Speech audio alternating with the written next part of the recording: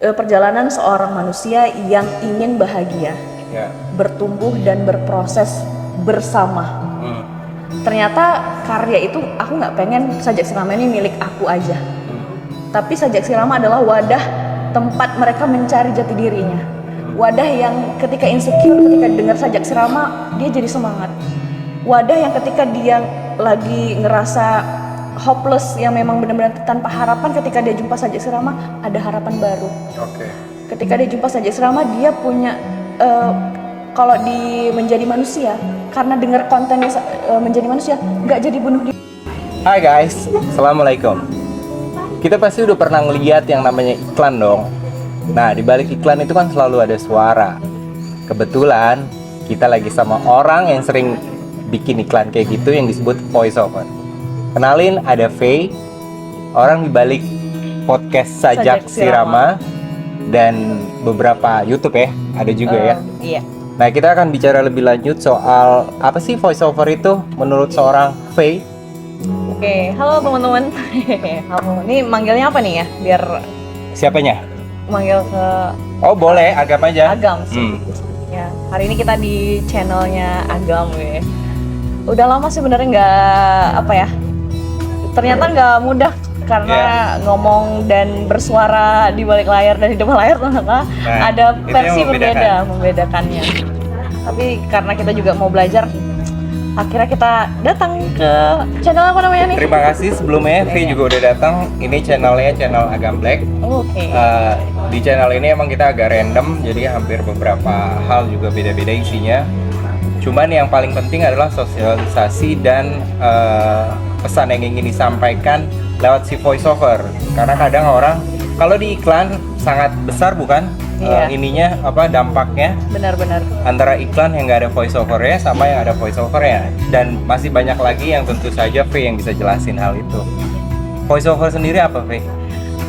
kemarin aku sempet, karena ada komunitas ya, aku nggak mau akhirnya simpang siur masalah definisi. Aku beli kelas, jadi memang effort. Oke. Aku beli kelas dengan penjelasan voiceover, dan ketika aku beli kelas itu membuktikan bahwa aku memang pengen serius, karena ini kita memberikan ilmu loh, dan ilmu itu kan kalau salah dari kita yang salah jadi simpang siur.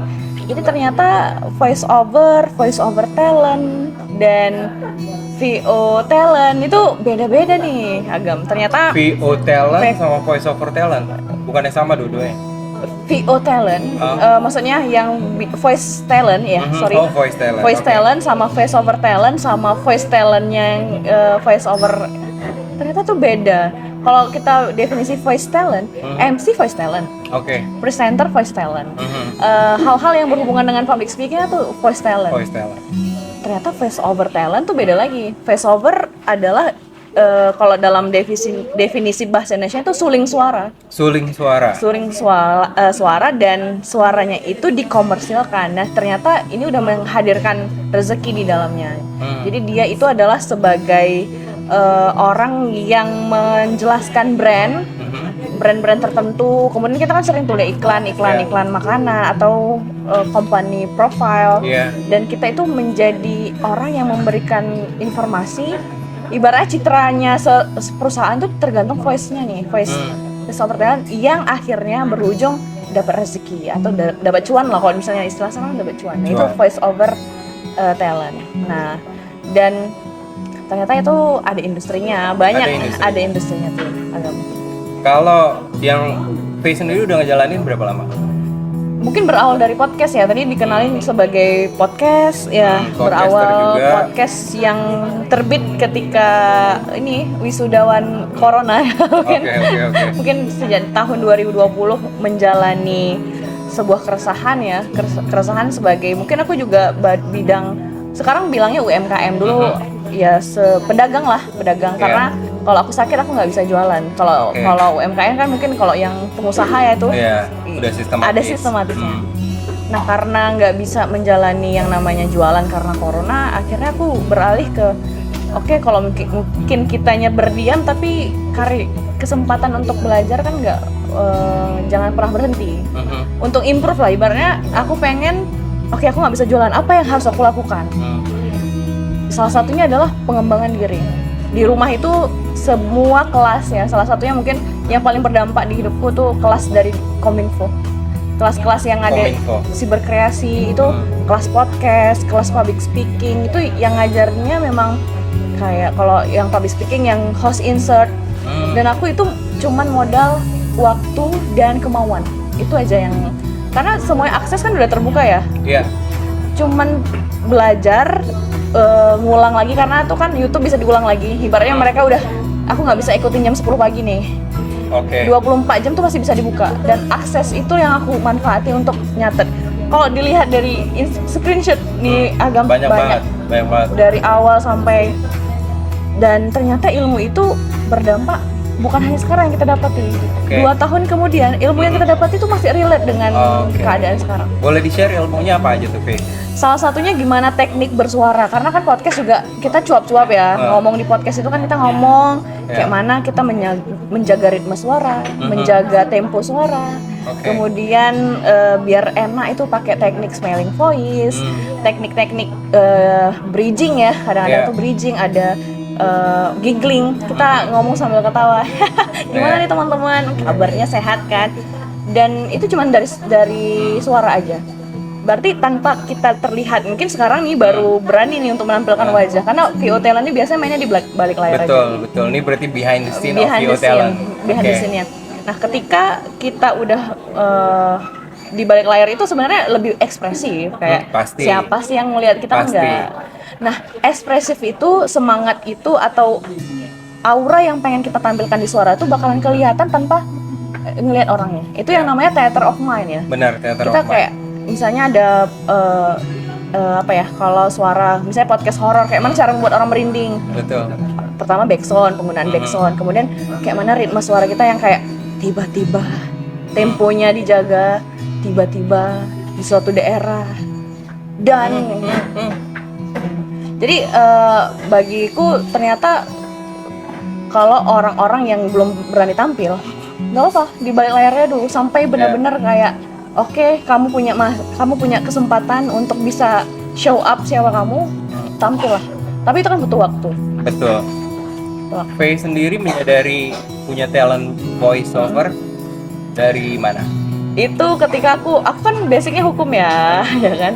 Ada lomba di salah satu daerah, aku ke UMSU saat itu, ke Medan, dan aku dapat peran jadi hakim. Wow. Jadi hakim. Interesting nih.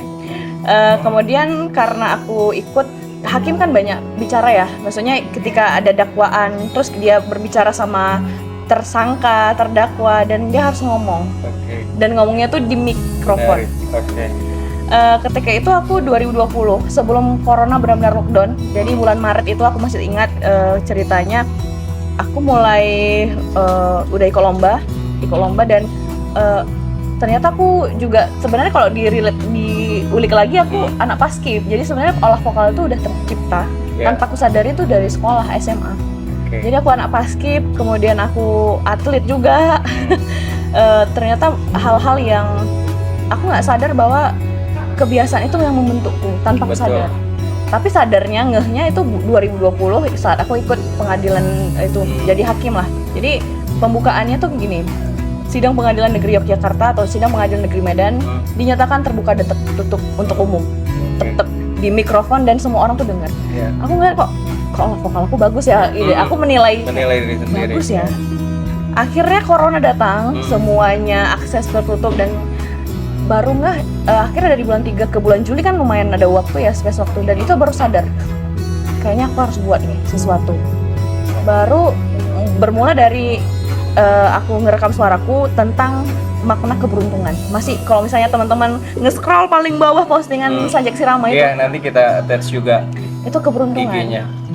Itu masih aku banyak jedanya, kemudian aku masih gagoknya. Betul. Tapi di situ ada aku mau mulai.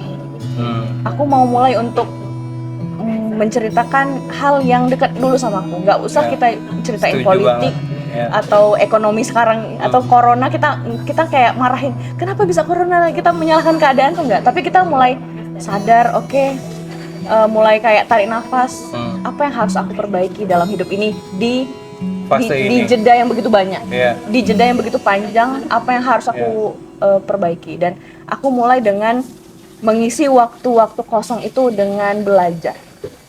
Betul. Karena kalau kita bicara mundur lagi ke pandemi, memang semua orang merasakan, tinggal cara menghabiskan waktunya seperti apa, ya kan?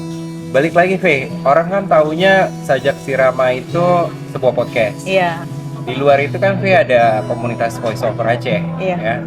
Sedikit cerita dong, Sajak Sirama dari awal sampai sekarang, progresnya, backgroundnya, atau filosofinya sendiri. Benar, karena saat itu corona, aku juga sempat jualan dan akhirnya aku beralih jualan ke bunga. Mungkin teman-teman ketika lihat logonya, itu logo kaktus, teman-teman. Kaktus, aku jualan bunga. Jadi kakak aku tuh ibaratnya sebelum corona tuh suka kaktus. Tapi kok kaktusnya berjatuhan ya gitu. Datang aku yang lihat peluang, oke, aku perbaiki, aku beli pot, aku potong kaktusnya, aku tata-tatain, aku posting, ada yang beli. Sampai aku bisa beli mukena untuk sholat Idul Fitri dari hasil aku jualan bunga. Jadi aku ngelihat peluang, kemudian aku lihat kaktus ini tuh punya hal yang berbeda gitu. Dia itu tanpa dirawat dia tumbuh, tanpa disiram-siram pun dia tumbuh. Jadi aku ngerasa kita tanpa pun support dari orang, tanpa pun pujian dari orang, tanpa pun kayak kamu bisa, jadilah kamu keren, kaktus dong berarti. Gitu kan. Tapi kita itu bisa bangkit dengan apa? Kita punya karakter. Kaktus itu punya karakternya apa? Dia kuat, dia itu walaupun tandus, ibaratnya tanpa pun support ya, tandus itu bagi aku tidak ada support, tapi dia bisa tumbuh, dia nggak peduli dengan walaupun dia ngerasa dia kering gitu, kayak dia hampa ya gitu, tapi dia punya satu karakter, dia punya pertahanan diri. Jadi pertahanan diri yang durinya tuh kaktus tuh bagi aku seorang perempuan adalah jilbabnya. Sepanjang pun orang kadang-kadang, kemarin aku cerita sama teman, sayangnya Nan, karena kamu perempuan katanya. Kenapa? Karena kamu kurang bisa mengeksplor karena kamu perempuan. Nah, aku kan ngerasa aku adalah manusia. Aku tidak melihat, maksudnya gender itu jangan lihat by gender, tapi aku manusia dan aku punya kontribusi sebagai manusia. Aku tuh pengen berkontribusi, dan kontribusi ternyata adalah kebutuhan dasar manusia. Orang tuh pengen melakukan sesuatu hal perubahan, dan karena aku ngerasa, makanya aku berani ke Banda Aceh. Walaupun dengan drama-dramanya nggak dikasih orang tua, tapi aku meyakinkan aku punya dreams, aku punya impian. Say hi ke teman-teman di Langsa. Iya, hai teman-teman. Ya, saat ini lagi pengen improve karena aku yakin aku bakalan pulang ke daerah dan dengan wajah baru, dengan semua hal yang aku hope baru dan mungkin bisa jadi aku punya sesuatu hal gebrakan, dan itu bisa berdampak buat menularkan ke orang Aceh lain khususnya. Bukan hanya tempat daerahku, tapi menyeluruh secara Aceh. positif. Dan bisa ke luar daerah, bukan hanya di Aceh, aku pengen bisa pergi juga ke Jakarta kah, ke Bandung, untuk nge-share bahwa kita punya potensi dan jangan pernah berhenti dengan stigma-stigma orang. Betul. Ya, kayak perempuan suaranya aurat nih, gitu kan. Itu kendala juga nih. Pasti. Kendala. Banyak faktor memang untuk kita melangkah. Betul. Keputusannya di kita sendiri. Benar. Nah, si Rama sendiri kan kata V tadi dia kupu-kupu ya. Nah, kenapa sampai milih selain logo tadi kaktus untuk defense dan bertahan, si kupu-kupunya sendiri mewakili apa?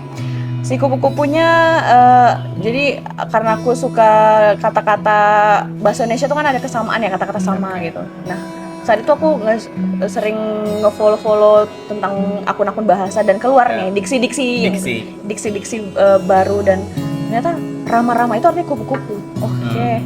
Akan aku, padahal itu sebenarnya kontennya itu pengen tulisan aja.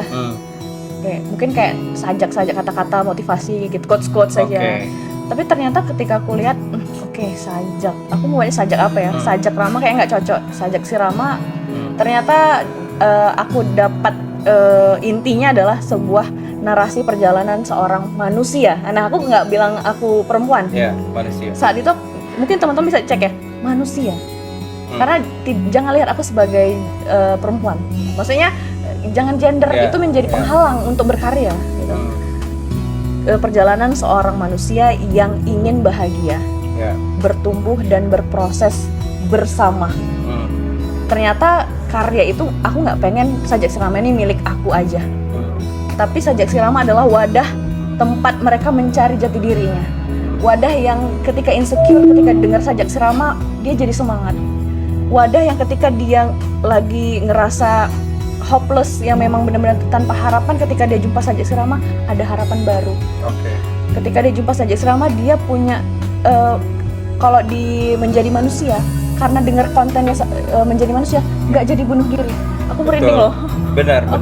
Jadi Sajak Sirama itu penyelamat orang-orang yang mungkin insecure, mungkin dia nggak percaya sama dirinya, butuh dorongan, dan Sajak Sirama tuh hadir untuk menjadi support system yang, ayo teman-teman, kita suara itu, misalnya suara itu kan beda-beda ya. Kadang orang ada kayak sidik jari. Aku nggak mau deh suaraku berantakan. Bukan berantakan, dilatihnya aja yang kurang. Nggak ada yang jelek, tapi benar-benar dilatihnya aja. Dan Sajak Sirama hadir untuk itu. Bukan hanya aku yang cuap-cuap. Maksudnya kayak orang kan dimotivasi. Berarti kamu ada coaching kliniknya juga? Ada ngebedah-ngebedahnya juga? Pengen. Bukan hanya kadang-kadang motivasi, siapa sih yang kayak, aku pun tahu aku harus semangat, tapi aku harus apa? Betul.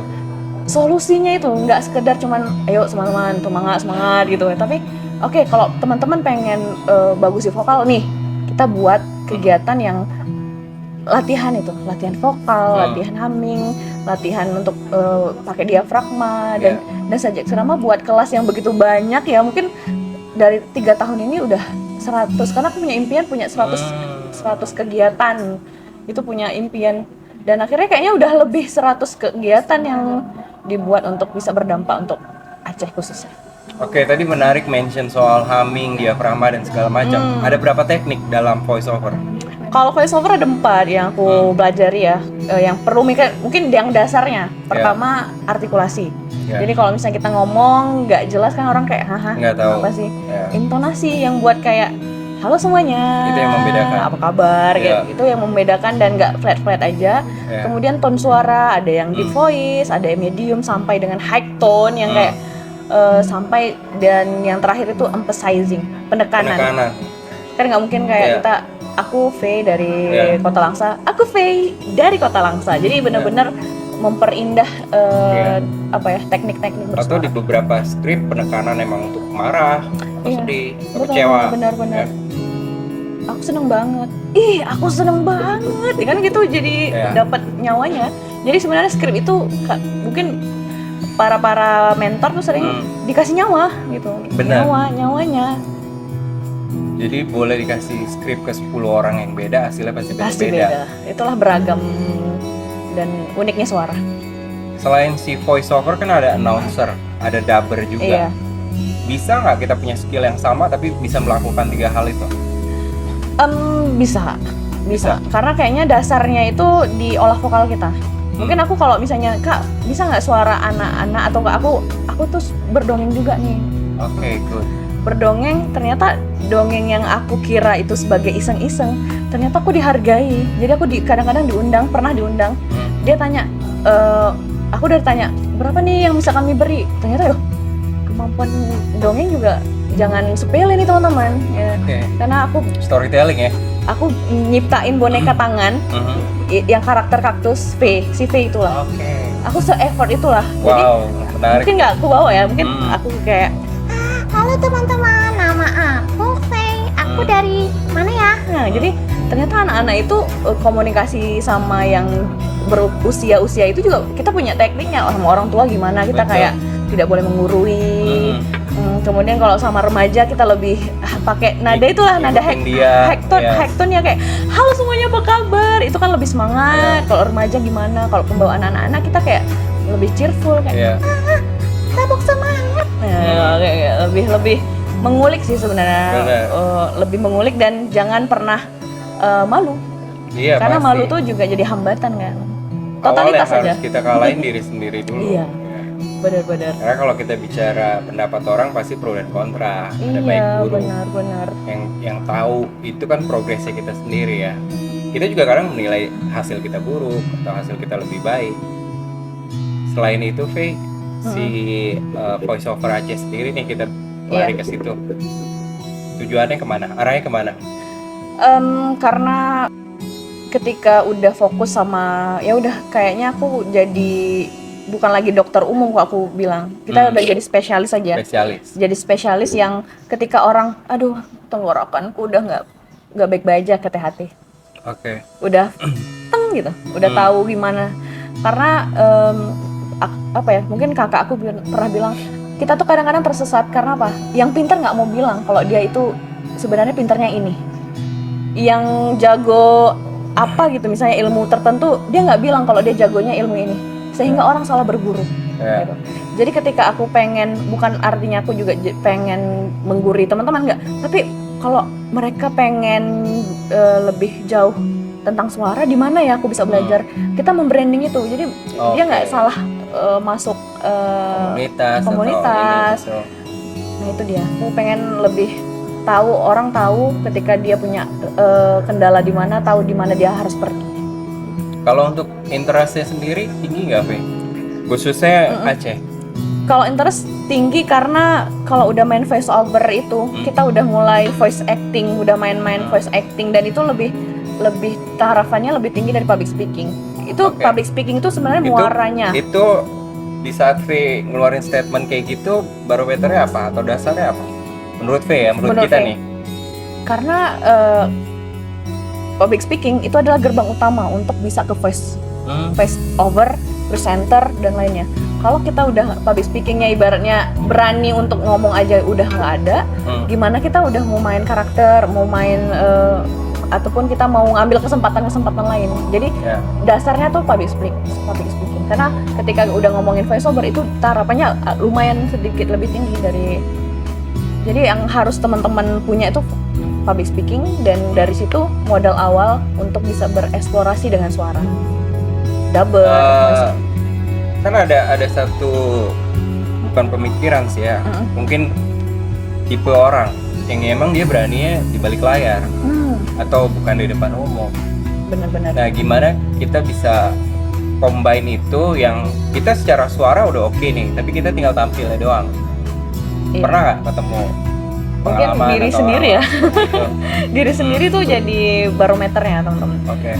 Percantik aja dengan skill gitu ya, kemampuan public speaking itu sembari mungkin bagi aku teknik ya, gimana kita ngomong tuh nggak belibet gitu, terus teknik kita punya tempo yang baik, nggak buru-buru gitu, walaupun saat itu kita belum bisa show up di media yang mungkin langsung dengan wajah kita. Mungkin percantik aja dengan teknik-teknik itu, artikulasi, intonasi, kan itu artinya kita berbicara, berpublic speaking, walaupun public speaking itu artinya kita bisa berbicara di khalayak ramai, tapi ada tekniknya. Jadi teknik bersuaranya diperdalam, nanti dengan sembarinya waktu juga semangat untuk apa ya, aku butuh 3 tahun untuk berani untuk nampilin wajah nih.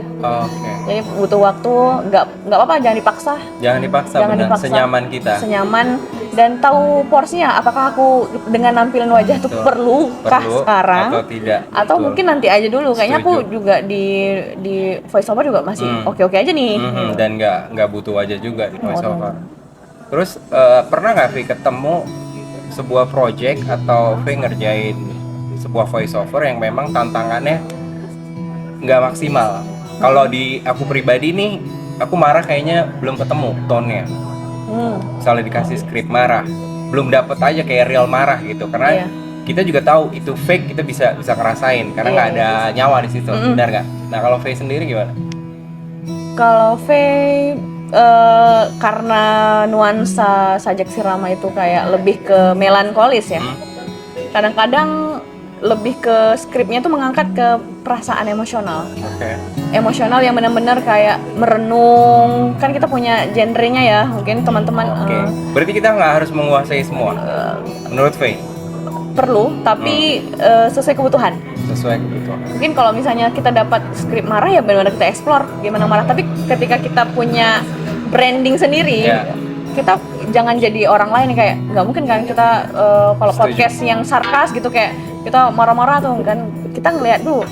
Nah itulah pentingnya sebelum buat karya itu kita mapping dulu. Ini karya aku tone suaranya gimana sih, naskahnya kemana arahnya. Dan kalau Sajak Sirama lebih ke dia melankolis yang memang benar-benar merenung tentang perjalanan hidup yang ternyata nggak mudah, dijalani dan sampai ya nada-nadanya yang mungkin skrip-skrip voice over challenge-nya juga tentang yang bacanya itu bakalan iya ya kok aku kayak gini sih ke orangnya loh kita. Tapi sulit ya V ngebaca sebuah skrip tanpa dihayati, sulit ya untuk menuangkan si iramanya itu, rhyme-nya.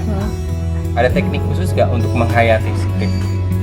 Karena kadang tulisan tuh flat-flat aja namanya kita baca. Betul. Lebih ke pertama mungkin kita baca naskah itu kalau Mbak Tisa tuh bilang dibedah dulu, jadi nggak bisa kita langsung baca. Jadi kita nih penempatan menelaah dulu. Nih ada naskah, kemudian gimana cara pembacanya, terus kita lihat dulu, oh ini mungkin penempatan nada-nadanya, nah barulah dicoba dieksekusi. Jadi nggak langsung baca. Biasanya kalau orang-orang kalau dapat naskah tuh dia dibaca dulu, ditelaah dulu, baru dibacain. Jadi nggak bisa langsung dianalisis ya. Betul. Seorang voice over talent dan seorang announcer radio bisa di cross gak? Maksudnya saling tukar profesi bisa nggak menurut Faye? Karena yang satu kayaknya agak butuh lebih bahkan kemarin tuh improvisasi gitu. Announcer bukan voice over, voice over bukan announcer, dia punya part-part masing-masing. Emang dua hal yang berbeda. Tapi karena orang juga simpang siur tentang arti voice over tuh, jadi ngerasa kayak aku penyiar radio, aku VO. Yoi. Padahal bukan. Aku MC, aku VO. Padahal semuanya punya tupoksi. Semuanya emang partnya beda-beda ya. Berarti itu voice talent, mereka voice talent, tapi bukan voice over talent. Dalam tubuh voice talent, akhirnya ada tangan di situ, ada mata, ada hidung gitu ya. Jadi lebih ke dia punya partnya masing-masing, nggak bisa. Jadi kita nggak boleh, aku voice over nih, nggak juga. Jadi memang benar-benar ya sebuah karya itu atau voice over itu punya jalurnya sendiri. Tapi bisakah kita yang voice talent ini bisa jadi voice over? Bisa dengan teknik-teknik yang dan kesempatan-kesempatan. Kalau dia udah ngisi, dia dapat job ngisi iklan dan dia memang benar-benar terjun ke sana, bakalan bisa. Tapi nggak cepat gitu. Kadang-kadang kan ada orang yang kayak, makanya saya juga mendalami ini biar penyematan yang kayak voice over talent nih benar-benar bukan hanya sekedar sematan aja, bukan kita tulis aja. Itu kadang-kadang sempat marah tuh, udah ngaku-ngaku nih, tapi sebenarnya ada yang begitu ya? Ada sih, tapi pengen bukan hanya sekedar sematan tapi betul-betul belajar. Salah satunya itu ikut kelas, kemudian belajar mapping suara, belajar untuk lebih mematangkan suara. Kalau di akademi sendiri ada nggak sih orang yang bisa belajar langsung, entah itu sekolah atau kampus yang mengarah ke sana? Kalau di luar mungkin banyak ya, tapi di kita menurut gue ada nggak? Nggak ada, kalau di sini nggak ada. Memang kayak otodidak ya, semua serba sendiri. Nah, karena sendiri, ibaratnya kita menampung harapan-harapan orang untuk bisa ngasih wadah gitu. Walaupun sederhana ya, kadang orang nggak pede karena aku bukan siapa-siapa, bukan siapa-siapa, tapi niatan untuk mencari. Karena ketika kita ngasih wadah itu, ketika kita nggak tahu dan ada orang yang lebih tahu, kita dapat ilmunya. Tapi kan sharing itu kan menambah ilmu ya. Dengan perkumpulan itu kan nambah ilmu. Dan mudah-mudahan dengan perkumpulan itu dapat ide-ide baru, mana tahu bisa dapat hal-hal yang langsung di-coaching sama mentor aslinya. Karena apa? Kita udah punya perkumpulan itu. Kalau untuk progresnya sendiri dari V jalanin berapa tahun kemarin di Aceh ya khususnya ya, ada nggak talenta-talenta baru yang memang menjanjikan secara industri dan mengarah ke sebuah bisnis lah? Karena hari ini nggak bisa dipungkiri semua orang pengen ngelakuin sesuatu karena ada bayangan cuannya nih misalnya. Nah, si VO talent sendiri menjanjikan nggak untuk hal seperti itu di industri? Kalau untuk dijadikan by pengalaman V aja? Iya. Kalau V ngerasa 1 tahun setelah tamat ya, maksudnya tamat kuliah, kemudian jadi freelance, dan freelance-nya itu di bagian suara. Dan mungkin bisa dibilang V itu bertahan hidup, tanda kutip, dengan suara. Contohnya mungkin ada beberapa project dari dosen buat film dokumenter yang ngisi film dokumenter suara V, dan itu projectnya kan nggak selalu hadir ya, nggak akan, maksudnya dia setahun sekali atau bahkan kalau nggak ada kesempatan kita nggak dapet. Nah yang perlu teman-teman lakukan itu jadi apa ya, walaupun menggeluti itu jangan jadi salah satu sumber gitu. Betul. Voice over itu terus diperdalam, tapi jangan jadi sumber satu-satunya.